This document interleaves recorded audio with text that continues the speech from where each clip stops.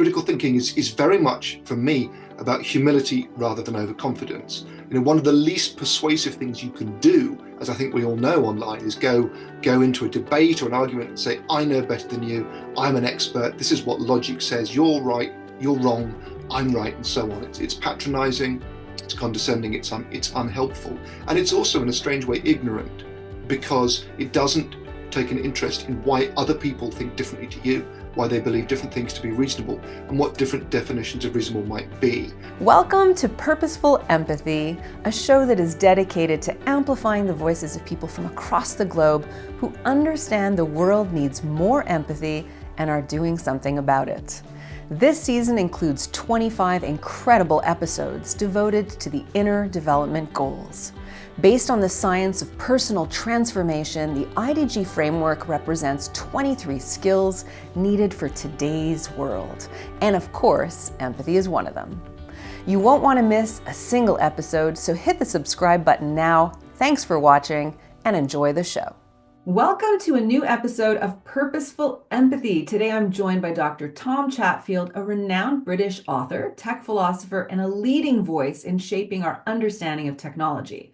With a passion for enhancing our experience of the digital world, Tom focuses on critical thinking, AI, and ethics, topics that could not be more relevant in today's landscape. He's the author of a dozen books translated into over 30 languages, including his latest called Wise Animals, which delves into the fascinating co-evolution of humanity and technology.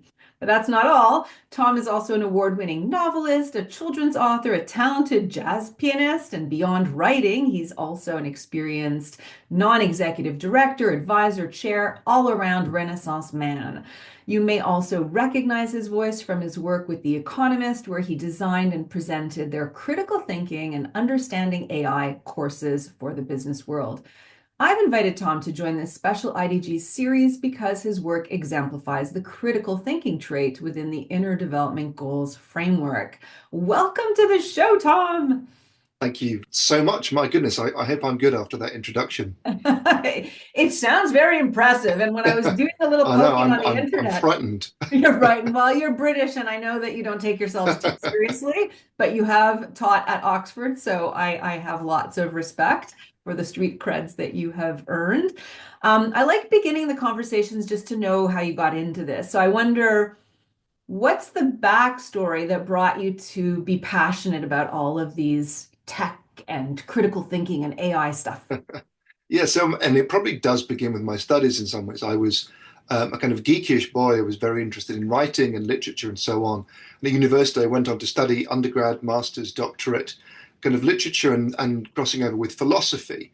But I was also fond of maths and computing and video games.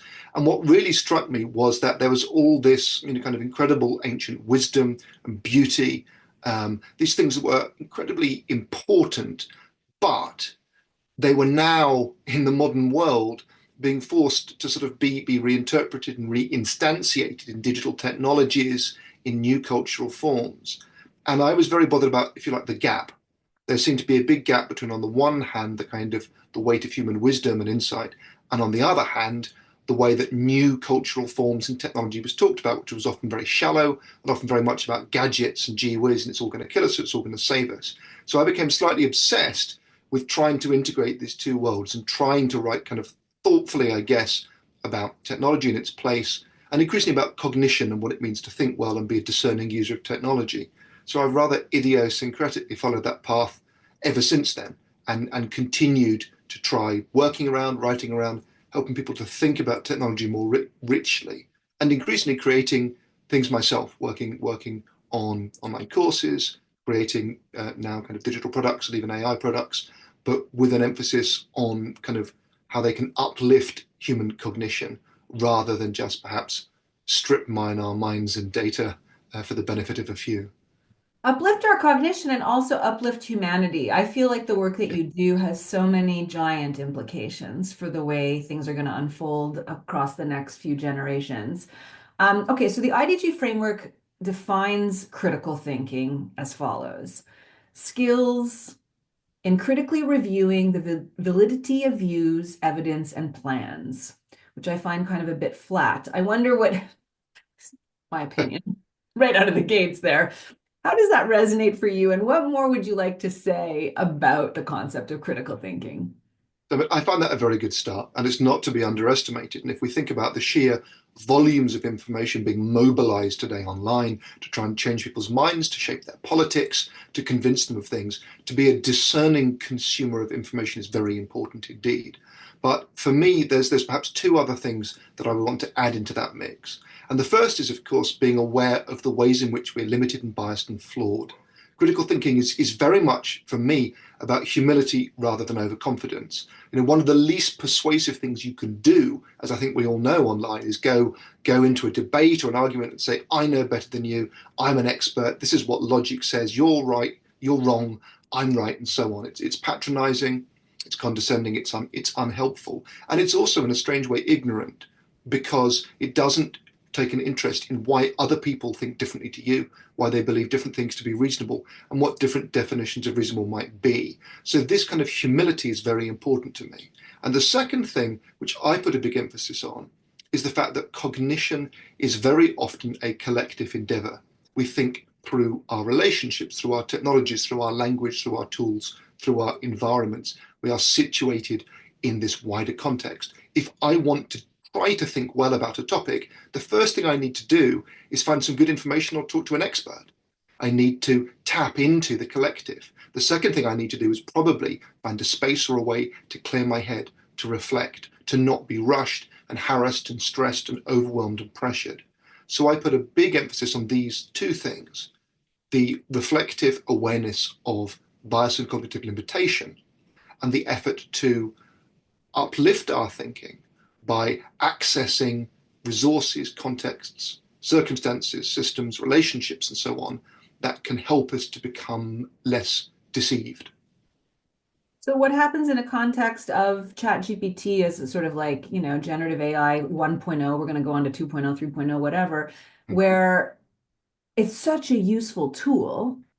We're Yeah. all using it. I bet you're using it. Oh yeah. I mean, I've got usually I would have three or four tabs open in my browser at any one time of AI.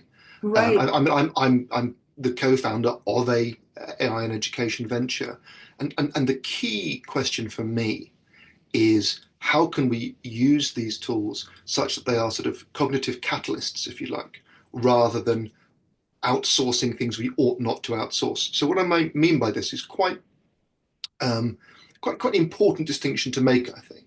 Um, Anyone who's ever written or thought or tried to find the right words for something will be aware that what we say and how we say it changes what we think. There's the old saying, how do I know what I think until I try to say it?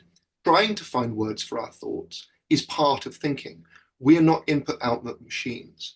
And so the crucial thing you need to do is, in a way, I think, integrate the enormous potentials of large language models in particular into a cognitive process, but not make it a replacement for that cognitive process. So in particular, I think the model of conversation is very important, the model of iteration and improvement. The idea that, if you like, you're a miniature scientist and you've got this endlessly enthused and brilliant, but often rather confused and bewildered and unworldly research assistant at your disposal. If you ask a silly question, you may well get a silly answer.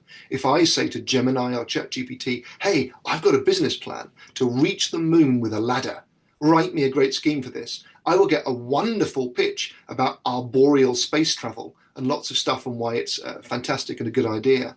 So what you need to be doing is using it to generate a diversity of ideas, to help you find gaps in your own thinking, to give you a good sense of where to go to find out more, of how to start filling the blank page. But what you do not want to do when something is important, and when it's important that you yourself have thought about it, you don't want to completely outsource the creation of the final product to it.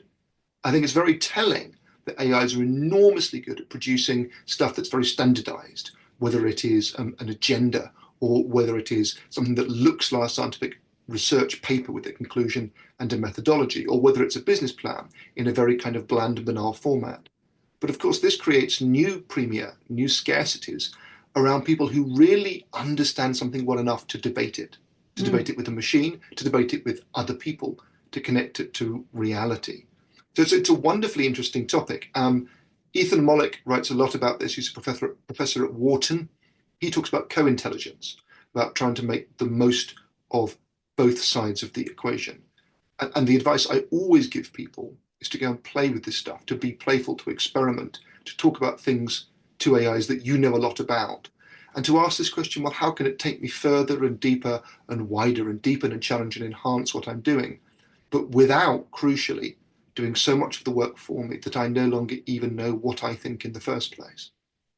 Well, I love the frame cognitive catalyst. I love that. And as you've been talking, I'm reminded of some conversations that I've had with three other scholars on three different IDGs. So one of them was sense making, one of them was complexity theory, and one of them was creativity. And all three, in different ways, were suggesting that humans are not using their full capacity to understand things because we're so cognitively bound, and that there are actually intuitive, embodied ways for our intelligence to sort of come through. So I wonder how you react to that idea that can we do some critical thinking outside our brain? Oh, absolutely. We go back to Hume. Reason is not and ought not to be the slave and the master of the passions. It's the slave of the passions. Or the late great Danny Kahneman. Cognition is embodied. You think not only with your brain but also with your body. It's incredibly important to be aware about this. And in fact, for me, when I'm working with schools, with universities, one of the first things I often do is talk about space and pausing and breathing. There's extremely good evidence around things like heart rate variability and the regulation of emotion that if someone pauses, breathes, controls their pulse by breathing, observes, watches, they will think better. They will clear a space. Mm. If you do not pause, you cannot think twice. And in fact, again, I do a lot of work with universities and other institutions. And again, you hear people say, I love the library because it's a place I can go to that helps me find a bit of peace, that helps me work. I like going to a cafe to work because it makes me feel connected to the world and energized in a different way. So this is incredibly important. But the question that follows this is, to some degree, when and how are these intuitions, is this information from our sensorium, from our biological selves, when and how is this enhancing and enabling and extending and a very important source of knowledge about the world? And when is it misleading or dangerous? Because when people are rushed and panicked and fearful and angry and emotionally aroused and under pressure or terrified and so on, then these heuristics, these shortcuts, these intuitive rules of thumb can be very dangerous. So we instinctively react against something that looks alien or not like us. We see someone as threatening because they look other to us. We decide that we're going to make an important decision on the basis of a meme, of a fearful headline, of a scrap of information that's wildly unrepresentative of the truth. And I think part of the answer for this is that it's actually about taking very seriously the idea of the kind of precognitive, the context that we have, and being a good reader of our own emotions and emotional state. And there's a psychotherapeutic exercise where you sit, just observe the contents of your own mind. And if you're not literate in your own, if you like, kind of emotional valence state, if you're not attuned to intuition, you can't answer these incredibly important questions that no AI will ever answer for you. What do I love and care about and why? What do I want to do with my life? What matters to me and why does it matter? Upon what do my moral intuitions about the world, my identity rest?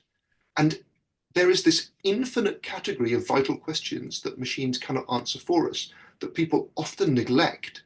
But of course, if we don't spend time holding those questions, observing honestly our relationship with them and with others, with places, with spaces, with community, and so on, with art, with literature, we don't really get down into that base layer of our humanity and apprehension.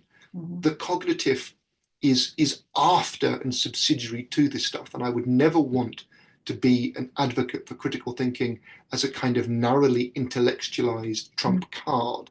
But that's quite the wrong way round. Okay, so we're going to deep dive into critical thinking, but my first set of takeaways so far is that we need to be discerning of the information that we're reading and understanding that there are biases and I guess algorithms too, if we're talking social media.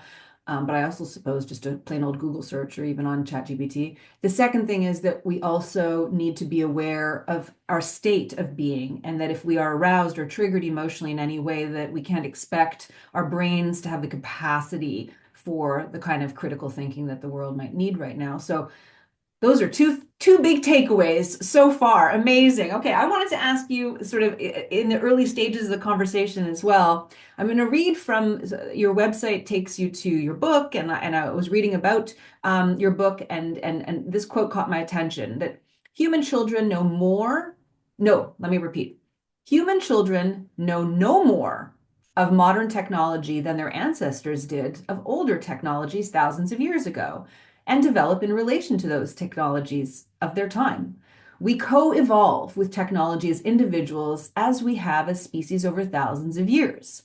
So rather than see technology as a threat, your book proposes that we are neither masters nor victims of our technologies. Rather, they are part of who we are, and the future is in our hands. So you're basically saying, even though it's new technology, our experience of the new technology is the same as it was when we discovered fire or the Gutenberg press came out, and it's what we decide to do. That's right. Yes, there's no such thing as a human being outside of the context of technology, and there never has been. Technology is far older than our species. The ancestors who several million years ago were using sharpened tools to carve and perform butchery and shape hand axes, they were not Homo sapiens. They were perhaps Australopithecus, the southern ape, really quite distant from us in many ways. So we need to understand that to be human is to be a creature of technology. And when I say we have co-evolved with technology, I mean it in the most literal of senses. The discovery and harnessing of fire, of clothing, of flint tools, of hunting and hafting techniques allowed us to become these upright, intelligent, nurturing, hypersociable animals, these users of language, these raisers of hyper-vulnerable children. And so, specifically, then, the idea that we want to harken back to some mythical pre technological time is biologically and intellectually illiterate. We cannot exist without technology. There is no such thing as a pre technological human. The question then is, what is our relationship with technology? And in particular, what kind of values and assumptions, what are sometimes called affordances, are substantiated, are embodied in the tools we use? And how can we have a wiser negotiation with them? So, to use a very simple example, because of the astonishing communications technologies at our disposal, we can gain information from around the world. We can tap into this vast, incredible corpus of knowledge about the universe and so on. But of course, also, we interact in a loose way with hundreds of thousands of strangers that we don't know well.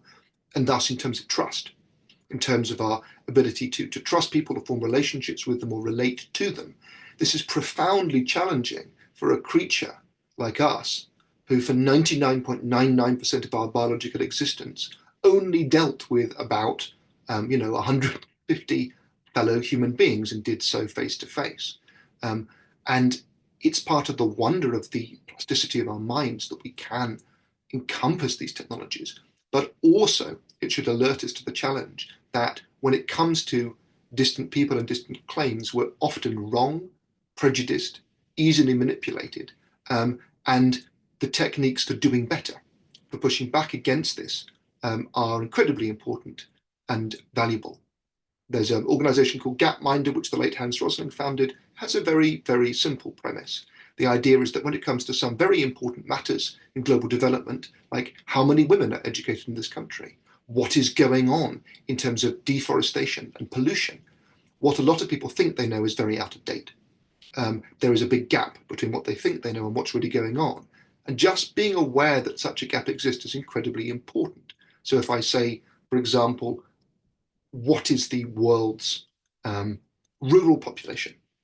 The number of people living in rural as opposed to urban conditions, has it gone up or down over the last 50 years? What might you say in answer to that question, just for example? the Well, number of people living in rural rather than urban let settings me in the think last that 50 through. The years. entirety of the population has gone up. Um, but the number of big cities, like mega cities, has also gone up. So I would say we're getting close to about a 50-50. That's my guess. So, so in fact, most of the world's population lives in urban settings, but the Mm, number of people who live in rural settings has nevertheless gone up because the world's population has increased so much in the last 50 years. mm, So your approach to the problem is exactly the right one. It's to try and think it through. But if you ask people just off the top of their head about things like women's education or health, or trends in kind of global development, they will often leap to a very wrong answer. And in fact, when they asked more than 1,000 people these questions, 18 questions, not one human being got all of them right. mm. This is a very simple example of the fact that, in a way, when I'm talking about critical thinking and being all fancy about it, really all you're talking about at root is trying to get people to pause and question their assumptions at Mm. appropriate moments when their assumptions might lead them into a dangerous form of error.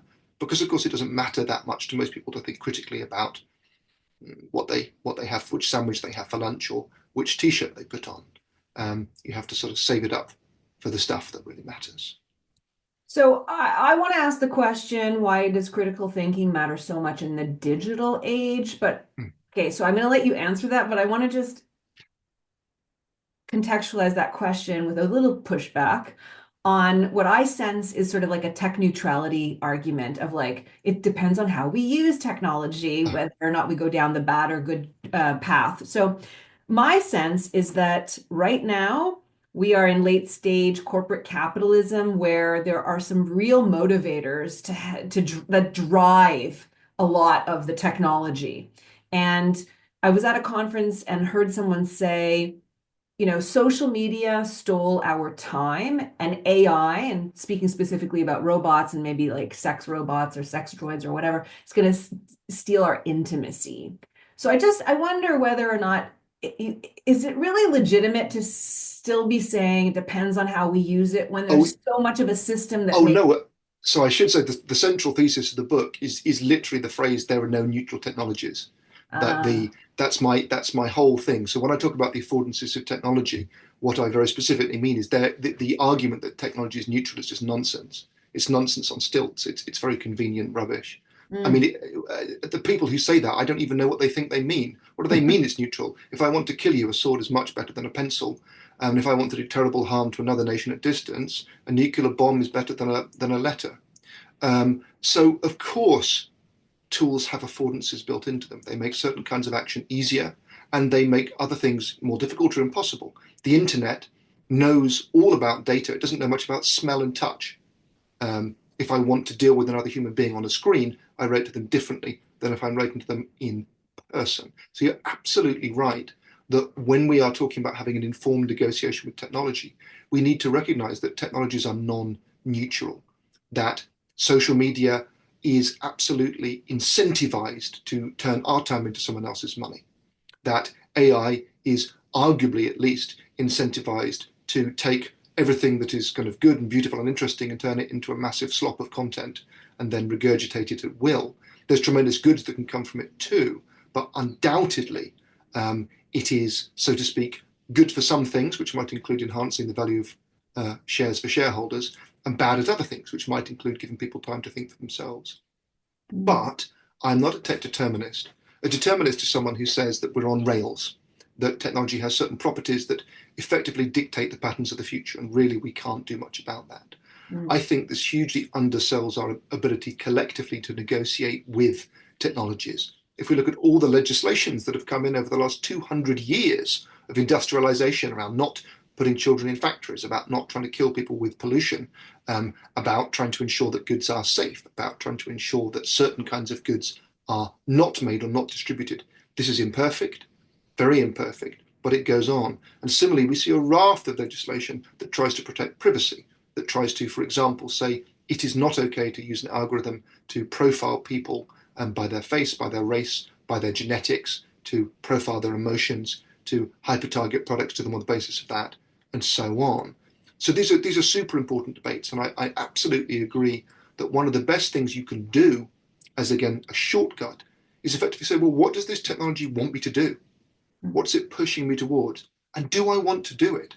Mm, What does this technology want me to do? What does email want me to do?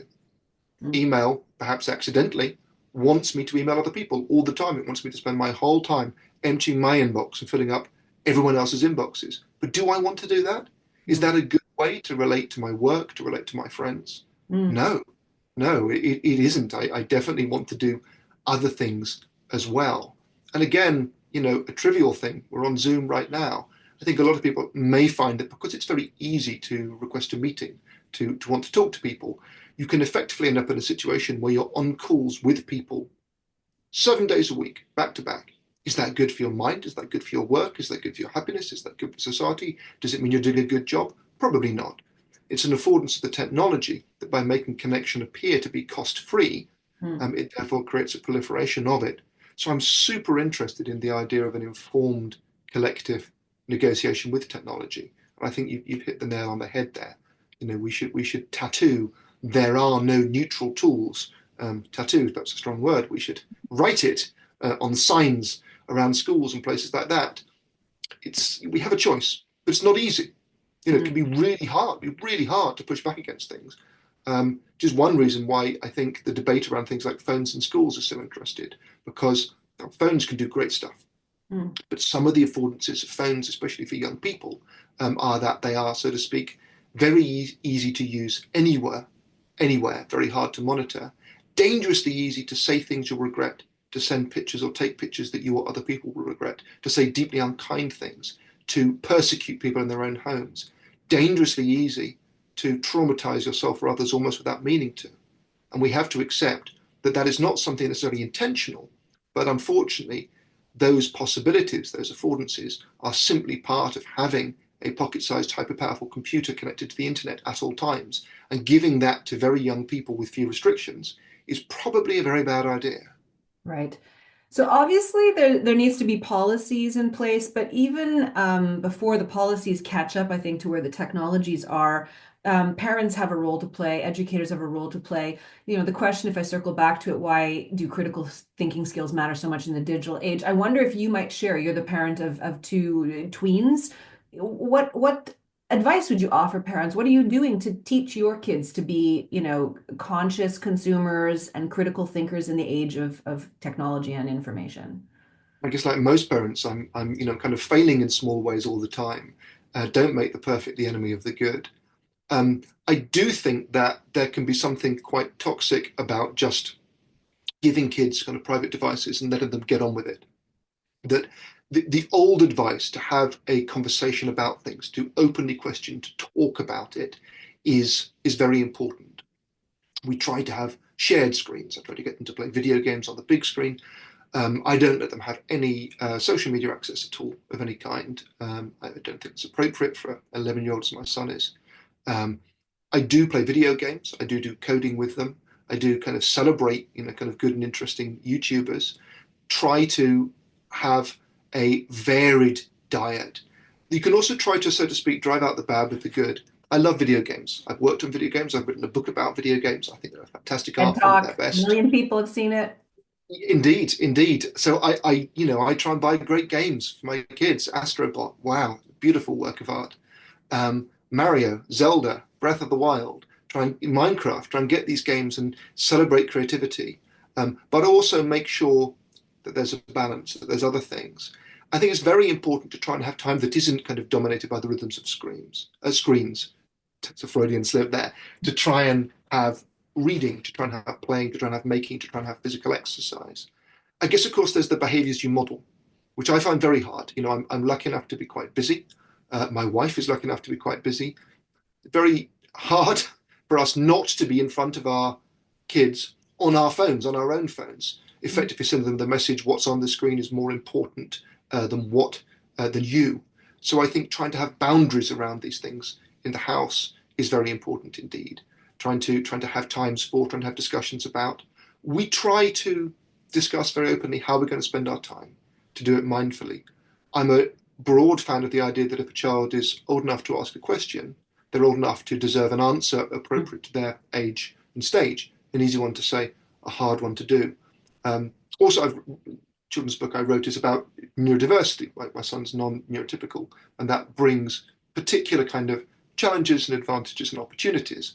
And actually, we've had some shared therapeutic experiences, including using video games as a context for exploring feelings, exploring patterns of behavior. There's some really, really rich and wonderful things you can do in and through technology. So the last thing I guess I'd say is I don't think it's about putting kind of technology in a box and saying it's bad or it's good or being fearful.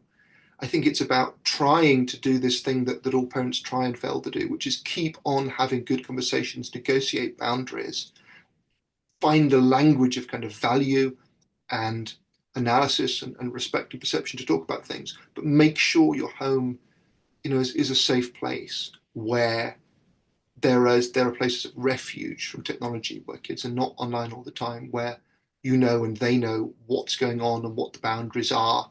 And those boundaries are negotiated but held for a reason. What I hope is as my children get older and I can exert less control over what they do, they will feel able to talk to me when things are bad or difficult or troubling, and that they will have a sufficient language of discussion, self-awareness to avoid the worst of the trouble, and to reflect upon the smaller troubles that we all learn from. Thank you for that. Earlier, I felt like I was sensing that you were saying we have to recognize our biases, we have to recognize our emotional states in order to be good thinkers. And I'm starting to also feel like you're saying we have to be intentional about our thinking. We have to think about our thinking and be intentional about how we think. So I wonder if there's anything else that you want to surface. Like, the IDG framework is a set of 23 skills, and the theory of change is that we can develop each of those skills, and we should be inspired to develop those skills if we want to be the kind of citizens and leaders in the world that's going to create the positive, sustainable, just world that we want to have. So how would you go about developing critical thinking skills separate from what we've talked about so far? Yes, and I like the framework very much, and I do think this kind of metacognitive intentionality. That's lots of syllables, thinking about thinking.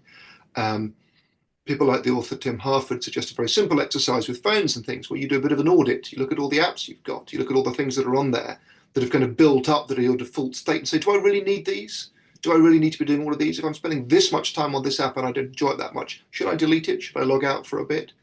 And that points me towards something that I feel is very important in terms of intentionality.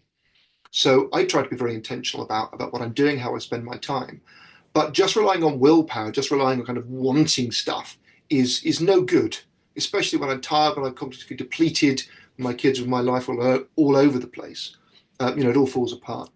So what I try and be intentional about is those things that lift me up and energize me, and trying to do, as it were, to know what they are. So for me, that might be, I love, reading good nonfiction, for example. It's quite, I find just spending some time in the company of an interesting book really uplifting. And I try and prioritize that by always carrying a book and a notepad with me and grabbing a bit of time in a coffee shop or somewhere. I love to play the piano. I love music.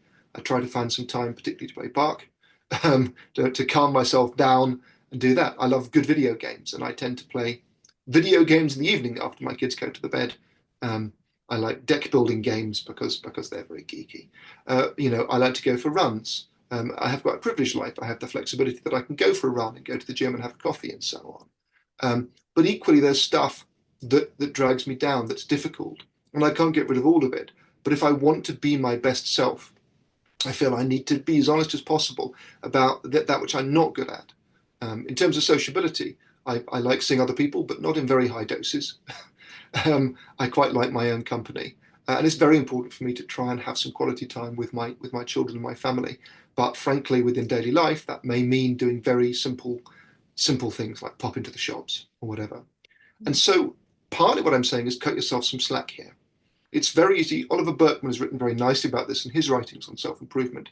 It's very easy for self-improvement to be a kind of terrifying, maximizing type aspiration where you've got a list of admirable things and you've got a model of kind of human excellence, and then it's a stick with which you beat yourself. And I think actually cut yourself some slack. If you can just find 20 good minutes a day when you're truly attending to something that matters, making progress on a task that matters, doing one activity that is aligned with these values and so on, that's great. And if you need to spend some time just fiddling around and binge watching Netflix or whatever, okay, that's all right too. Don't make the perfect the enemy of the good. But I think willpower's overrated. I think willpower's overrated, and planning and strategy and circumstances are underrated. If you want to be ultimately aligned with these values, what are the things, the people, the situations, the contexts that help you embody and enact them? And how can you, as best you can, expose yourself to these, surround yourself with them, put yourself in a position to succeed, and try to stay away from the most toxic or draining or undermining of those things that are obstacles. I don't know if you're trying to be Aristotelian at the I, moment, I'm but very much an Aristotelian, yes. right, okay, because I'm sensing that critical thinking for you also involves looking in the mirror at your life and sort of, you know, it's not just about Oh, the, absolutely. No, you're right. The Aristotelian influence is there. I'm very much a virtue ethicist in the yeah, sense that I think there are intellectual virtues, not in a judgmental sense, but in a sense that they are kind of aligned with flourishing of various kinds. right. That for me is a much, and I dislike the utilitarian or consequentialist model of kind of turning yourself into a machine, maximizing certain desirable outputs. Mm. Um, I mean, behaviorism has its place. I think we can learn incredible amounts through kind of behaviorist approaches to the mind and behavior. But for me, the most hopeful model, partly because it's for me a modest model, it has many different views for flourishing, and it's a sort of interdisciplinary, interpersonal model. It's about finding your community, it's about finding purpose, it's about finding inspiration, it's about developing yourself in knowledge of your own limitations and the limitations of the circumstances you exist within. So it's not hubristic. Plus, I like Greek philosophy. Yeah, yeah, you are a philosopher at the end of the day. I'm also cognizant, as you've been sharing about how discerning you are about how you spend your time, and we could be on email all day or Zoom calls all day. I do want to take this moment to say thank you because you accepted my invitation and you're on this call. So I'm not, oblivious to what that means. I have two questions to close out the call. And one is what I always end my conversations with. And the penultimate question, you actually get to choose between these two. Okay. Okay. What can AI teach us about human skills and intelligence? Or you could decide to speak to how can we think more clearly about the ethics of technology, which is more alive for you. Hmm. I lean towards the first one Okay. because, in some ways, one of the beautiful things about innovation is that it does challenge us to redefine what we believe ourselves to be. AI can replicate an enormous number of human achievements through inhuman means. And for some people, this is terrifying. Doug Hofstadter, the great cognitive scientist, I think has expressed real dread and fear that his own very beautiful early writings, such as Gödel, Escher, Bach, about the nature of the mind, may almost have been undermined, that maybe we're not as complex as we once thought we were. But for me, I tend to feel that actually AI emphasizes a message that's always been latent in culture and art, that our thoughts are never wholly original, that much of what we think and do doesn't belong to us, that the world speaks through us. Mm. I would more go with Alison Gopnik, the psychologist and philosopher's definition of AI or attitude to AI, as the kind of the ultimate library, as a cognitive or mental technology that is like a kind of vast resounding echo of all that's been said and written. So I think and hope that it emphasizes the degree to which our minds are extended and embodied in culture, in language, in one another, in the structures outside our own heads. And that for me crystallizes the challenge of what this cognitive prosthesis, this cognitive extension, this cognitive catalyst, it's a part of your mind when you're using it, just like your phone is a part of your memory. So what does it mean Mm.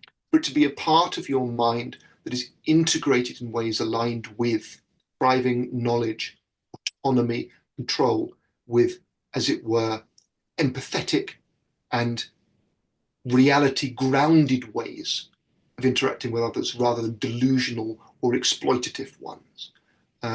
So I start to sound very idealistic here, and there's a lot to be terrified of. But actually, I choose optimism as a strategy. I choose to have faith in people in the full knowledge that it's our blessing and our curse, that in certain circumstances we can be unbelievably marvelous and beautiful and generous, and in certain other circumstances we can be guilty of the most appalling, terrible forms of violence and intolerance and persecution. So how can we create contexts and tools that lift us up? Wow. Amen to that. Sorry, Tom, don't do short answers. Sorry. no, I love it. I love it. This has been so much fun. I was a little intimidated getting on the call, and I wasn't sure I was going to like you because of, the pro tech, or what I felt was maybe pro tech, but it's been so interesting to unpack all of this with you. I've really enjoyed our conversation. And if you'll indulge this last question, I usually end with an invitation for a story from your personal life of when you have been on the receiving end of empathy, since this is a podcast devoted to empathy, and what that meant for you. Okay. I'm trying to think. Oh, do you know, this is ridiculous now. I had a wonderful example of this, and now I've forgotten what it was. That's a terrible thing to say. My mind, I'm so excited about technology. We can delete this out if you want. You can take your time. No. It's such a great question. It's a lovely question. For me, actually, as a parent, there's so many moments of just horrible frustration when you try to say to your child, your young child, just give me a break. Just imagine what it's like to be me. I'm so tired. I'm so knackered. Just don't be horrible to me, please. And your child will mostly just go, you're my dad. I am going to smash this. I am going to, whatever. They don't care. You're just a parent. But just sometimes when my children have shown me empathy that I didn't expect, when I've, picked my daughter up from school, and she'll just say, "How was your day, Dad? What did you do? You were worried about that. How did that go? How's Mummy doing?" And there are just these moments sprinkled through the day-to-day and sometimes the grind. My daughter and my wife had a mini argument this morning. Nothing much, but the first thing my daughter said when I picked her up was, "How's Mummy? Is she okay? Is she all right? How are you? Are you okay? Was your day okay?" And actually, for me, watching my children grow into empathy is just amazing. I love that. I love that. And I can relate because I have an 8-year-old, and we can be exhausted, and sometimes some beautiful things that you couldn't have possibly predicted show up. I really appreciate that story.